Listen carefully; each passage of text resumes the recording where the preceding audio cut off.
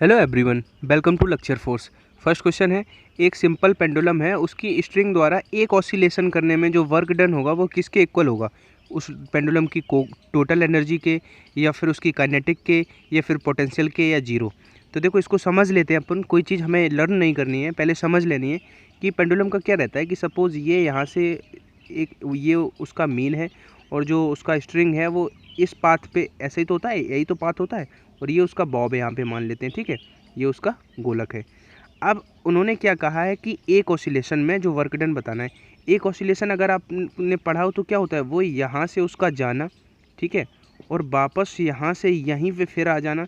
यही तो एक कंप्लीट साइकिल होता है, एक ऑसिलेशन होता है। तो आप देख रहे हो कि इस बॉब पे अगर फोर्सेस की बात करें, वर्क डन होता है क्या है? वर्क डन होता है फोर्स इनटू डिस्प्लेसमेंट। तो अगर फोर्स की बात करें तो इस पर फोर्स तो लग रहा है, नीचे mg लग रहा होगा, ठीक है। इधर mv²/r लग रहा होगा, क्योंकि इधर सेंटीमीटर लग रहा होगा। बट अगर आप ऑब्जर्व करो कि यहाँ से गया था और यहीं फिर आ गया, मतलब डिस्प्लेसमेंट तो हुआ ही नहीं, डिस्प्लेसमेंट तो जीरो हुआ। अगर डिस्प्लेसमेंट जीरो हुआ तो फिर उसका वर्क डन जीरो के इक्वल हो जाएगा, यानी कि डी इसका राइट आंसर है। देखो, ये पेंडुलम, बॉब, ये चीज़ें ऐसी होती हैं कि आपके क्वेश्चन पेपर में आपको ज़रूर मिलेंगी। जैसे कि मैं फिर से रिवाइज करा दूं, वैसे तो कई बार बता चुका हूं कि अगर कहेगा कि एक पेंडुलम है और उसका बॉब जो है पारे से Hg से भरा हुआ था, अगर उसको हम वाटर से रिप्लेस कर दें, उस Hg को हटा के पानी भर दें, तो क्या उसके टाइम पीरियड पे क्या अफेक्ट पड़ेगा? तो जो टाइम पीरियड होता है उसे अफेक्ट करने के लिए दो ही चीज़ें अफेक्ट कर सकती हैं, या उसकी लेंथ या ग्रेविटी। मास अफेक्ट नहीं करता है, तो इस चीज़ में रिमेन सेम रहेगा, ठीक है। एक क्वेश्चन आता है कि अगर एक बॉब है और उसमें अगर एक छेद कर दिया जाए और धीरे धीरे जब वो खाली हो जाएगा तो फिर उस पर क्या इफेक्ट पड़ेगा, क्या कहते हैं, टाइम पीरियड पे। तो उस सिचुएशन में भी याद रखना कि पहले क्या होता है कि पहले उसका जो है इंक्रीज होता है टाइम पीरियड, उसके बाद डिक्रीज होता है। फर्स्ट इंक्रीज देन डिक्रीज होता है, ठीक है। ये क्वेश्चन ऐसे होते हैं जैसे वो झूला पे झूलने वाले लड़की के केस। ये सारे अगर इस प्लेलिस्ट को आपने फॉलो किया है जिसमें लेट्स डू इट लिखा हुआ है, जिसके 10 वीडियोज़ हैं, तो ऐसे सभी आपके फिनोमेना क्लियर हो गए होंगे। प्रकाश की किरण वायु से जब द्रव में जाती है तो 15 डिग्री के कोण पर विचलित हो जाती है।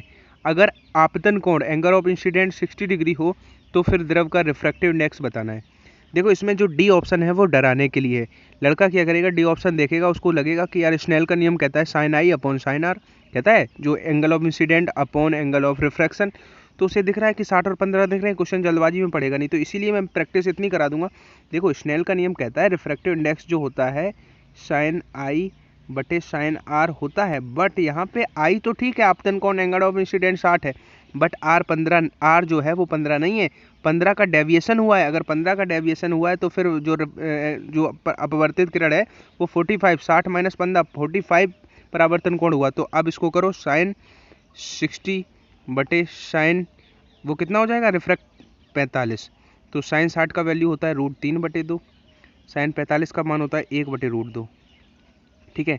तो √2 ऊपर जाएगा तो √3 गुणा √2 हो जाएगा, √3 गुणा √2/2। 2 को हम √2 गुणा √2 लिख सकते हैं। एक √2 से एक √2 खत्म, तो पहला ऑप्शन सही हो गया, √3/2, ठीक है।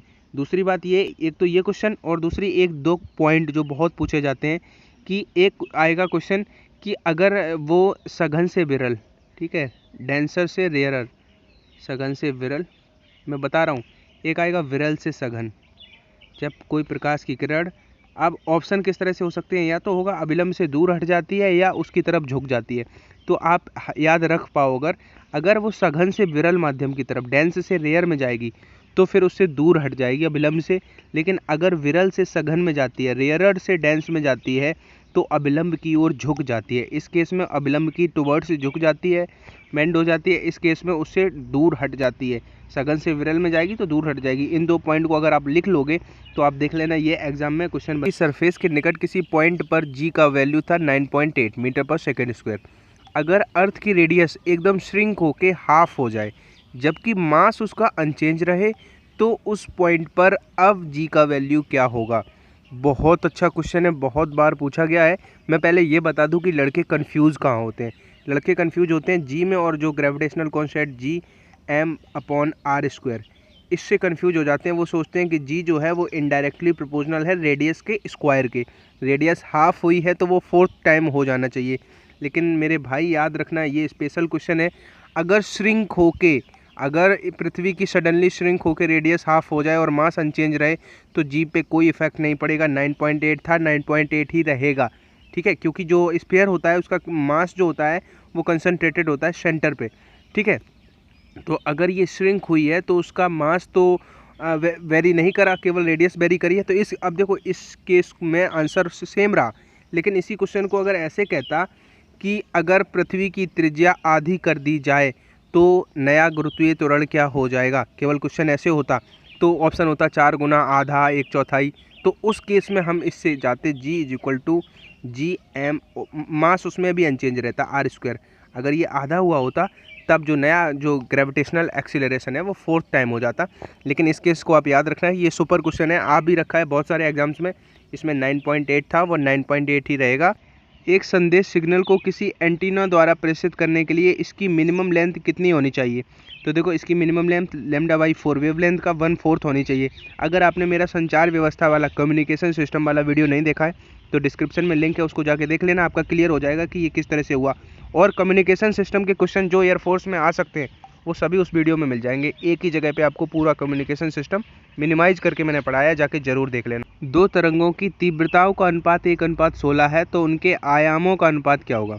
तो देखो आयाम जो होता है वो तीव्रता के स्क्वायर के डायरेक्टली प्रोपोर्शनल होता है, ठीक है।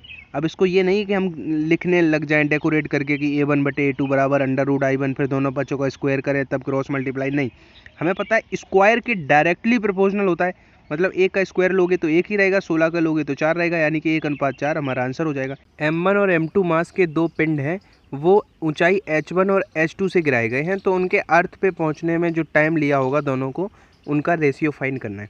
तो देखो इसको हम कर तो डायरेक्ट सकते थे कि T डायरेक्टली प्रोपोर्शनल होता है √H के, उसकी हाइट के। तो ऐसे हम अगर देखते तो C हमारा राइट आंसर हो जाता। लेकिन ये इतना भी ईजी नहीं है कि जितना मतलब मैंने लिख दिया। तो लेकिन अगर आपकी प्रैक्टिस अच्छी है तो आपको पता है कि H बराबर क्या होता है, UT प्लस हाफ GT²। अगर ऊपर से नीचे आ रहे होते तो प्लस लगता है, नीचे से ऊपर जाने पे माइनस यहाँ लगता है। अब कभी भी अगर गिराए जा रहे तो इनिशियल वेलोसिटी 0 रहा होगा, मतलब ये तो 0 हो गया पूरा पोर्शन। तो अगर 2 इधर आएगा यानी कि 2H/G हो जाएगा T², और उधर स्क्वायर हटाएंगे तो इधर वर्गमूल लगाएंगे। तो हमें दिख रहा है कि 2 कांस्टेंट है और G भी कांस्टेंट है, तो H के वर्गमूल के डायरेक्टली प्रोपोर्शनल हो गया T के। तो इसलिए ऐसा क्वेश्चन आता है, लेकिन फिर भी बहुत ईजी है, लेकिन फिर भी प्रैक्टिस आपकी होनी चाहिए। एग्जाम से पहले हर वो क्वेश्चन आप तक पहुंचा दूंगा जिसके चांसेस हैं वहाँ पे आने के। और एक बात और, जिस क्वेश्चन का सॉल्यूशन मैं एब्रीविएट मतलब शॉर्ट कर देता हूँ या कम समझाता हूँ, जैसे वो एंटीना वाला क्वेश्चन, तो इसका सिर्फ यही मतलब है कि उसको मैं बहुत अच्छे से करा चुका हूँ चैनल पे।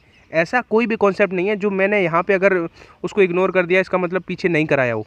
तो आपको भी अपने कंफर्ट जोन से बाहर आना पड़ेगा, थोड़े एफर्ट आपको भी लगाने पड़ेगी। अगर उस क्वेश्चन की वजह से आप कम्युनिकेशन का सिस्टम वाला वीडियो देखने जाओगे तो डेफिनेटली आपको 4 नई बातें सीखने को मिलेंगी। एक वायुमंडलीय दाब यानी कि एक एटमॉस्फेरिकल प्रेशर पर किसी गैस को कंप्रेस करके उसका वॉल्यूम 1/4 कर दिया गया, तो फिर क्या करें हम, फाइनल जो बताएंगे फाइनल प्रेशर क्या होगा। इनिशियल तो 1 था, तो फाइनल क्या होगा। तो देखो आपको पता है कि PV की पावर गामा बराबर कांस्टेंट होता है। PV की पावर बराबर, अब गामा बराबर कांस्टेंट है, गामा का वैल्यू दिया ही है। अब पूरा हमें कैलकुलेशन तो ही करना है, P1 V1 करेंगे तो उधर P2 V2 हो जाएगा। तो फाइनली जो हमें P2 फाइंड करना है वो डायरेक्ट हम ऐसे भी तो लिख सकते हैं, P1 और V1/V2 की पावर गामा लिख सकते हैं इस चीज़ से इसको, ठीक है। अब देखो P1 1 था, V1/V2, V1 तो 1 है, V2 1/4 रह गया, मतलब 1/4 की पावर 3/2। अब ये 4 ऊपर जाएगा तो 4 की पावर 3/2, 4 की पावर 3/2 मेरा आंसर है। पहले 4 की पावर 3 कर लेते हैं तो 64 हो जाएगा, 64 की पावर 1/2 मतलब 64 का वर्गमूल लेंगे तो 8 हमारा राइट आंसर हो जाएगा। तो ये क्वेश्चन भी, अब देखो प्रैक्टिस का मज़ा क्या होता है, आपने ये क्वेश्चन देखा कंप्रेस करके अगर 1/4 करा गया था, तो ट्रस्ट में जो 1 महीने पहले चीज़ें या 15-20 दिन पहले चीज़ों की हम प्रैक्टिस करते हैं तो वो चीज़ें हमारे दिमाग में सेव होती हैं। वहाँ पे ऐसा क्वेश्चन आपने देखा तो वहाँ पे इतनी कैलकुलेशन नहीं करनी पड़ेगी, मैं जानता हूँ, इसीलिए मैं प्रैक्टिस करा रहा हूँ। और अभी आपको रियलाइज़ नहीं होगा, जब आप एग्ज़ाम दे के बाहर निकलोगे तब आपको डेफिनेटली रियलाइज़ होगा कि क्या ये नहीं, सॉरी, इसका 8 वायुमंडल, तो तब आपको रियलाइज़ होगा कि इतनी प्रैक्टिस का अब हमें बेनिफिट मिला है। निम्नलिखित में से कौन सी वैद्युत चुंबकीय तरंगें नहीं है, यानी कि गामा, एक्स, इंफ्रारेड और बीटा, इनमें से कौन सी ऐसी वेव है जो इलेक्ट्रोमैग्नेटिक वेव नहीं है। तो देखो वही रिजल्ट जो हर वीडियो में शायद मैं लिख रहा हूँ, Reliance mobile is very useful for XY। अब इसमें देखो रेडियो आ रहा है, माइक्रोवेव आ रहा है, इंफ्रा आ रहा है, यानी कि अब इसमें देखो गामा आ रहा है, ठीक है, गामा सबसे लास्ट में है, सबकी सबसे ज़्यादा भेदन क्षमता होती है उसकी। एक्स रेज भी है उससे जस्ट पहले, इंफ्रा रेड भी है थर्ड नंबर पे, लेकिन beta rays are not electromagnetic wave, तो बीटा रेज इसका राइट आंसर हो जाएगा। बॉइलिंग पॉइंट पे जो बाष्प दाब होता है, ये बहुत अच्छा पॉइंट है और बहुत पूछा जाता है, वो वायुमंडलीय दाब के इक्वल होता है, ना कम ना ज़्यादा, ठीक है। और ये तो बिल्कुल भी नहीं है कि एसोसिएटेड नहीं होता है, वो बिल्कुल इक्वल होता है, ये फैक्ट आप याद रखना, ठीक है। चलते हैं नेक्स्ट क्वेश्चन पे। पर छवि बनाने के लिए किस का लेंस का यूज़ करा जाता है, तो उसमें कन्वेक्स यानी कि उत्तल लेंस का यूज़ करा जाता है पर्दे पे छवि बनाने के लिए, ठीक है, ए इसका राइट आंसर है। एक निकाय पर अगर कुल एक्सटर्नल जो टॉर्क है वो जीरो है, तो अगर टॉर्क जीरो है, बाह्यबल आघूर्ण जीरो है, तो फिर याद रखना कि कोणीय संवेग एंगुलर मोमेंटम यहाँ पे कंजर्व रहेगा, ठीक है। एक डोरी में चलने वाली तरंग की समीकरण को इस तरह से लिखा गया है, y = 3 cos पाई 100t - x। तो फिर इसकी वेवलेंथ क्या होगी, तरंग दैर्घ्य क्या होगी। तो देखो जो ओमेगा होता है वो t का कोफिशिएंट होता है, और जो x होता है वो k का कोफिशिएंट होता है। अब कई बार तरंग दैर्घ्य और डायरेक्ट वेलोसिटी पूछी जाए तो सीधा ω/k, और अगर तरंग दैर्घ्य पूछी जाए तो सीधा 2 पाई/k, ये दो चीज़ें आपको पता हों बस। अब वेवलेंथ पूछी गई है तो 2 पाई/k, के मतलब x का कोफिशिएंट क्या है, पाई, अंदर पाई का गुणा होगा दोनों में, तो पाई 100 पाई t हो जाएगा और पाई x हो जाएगा।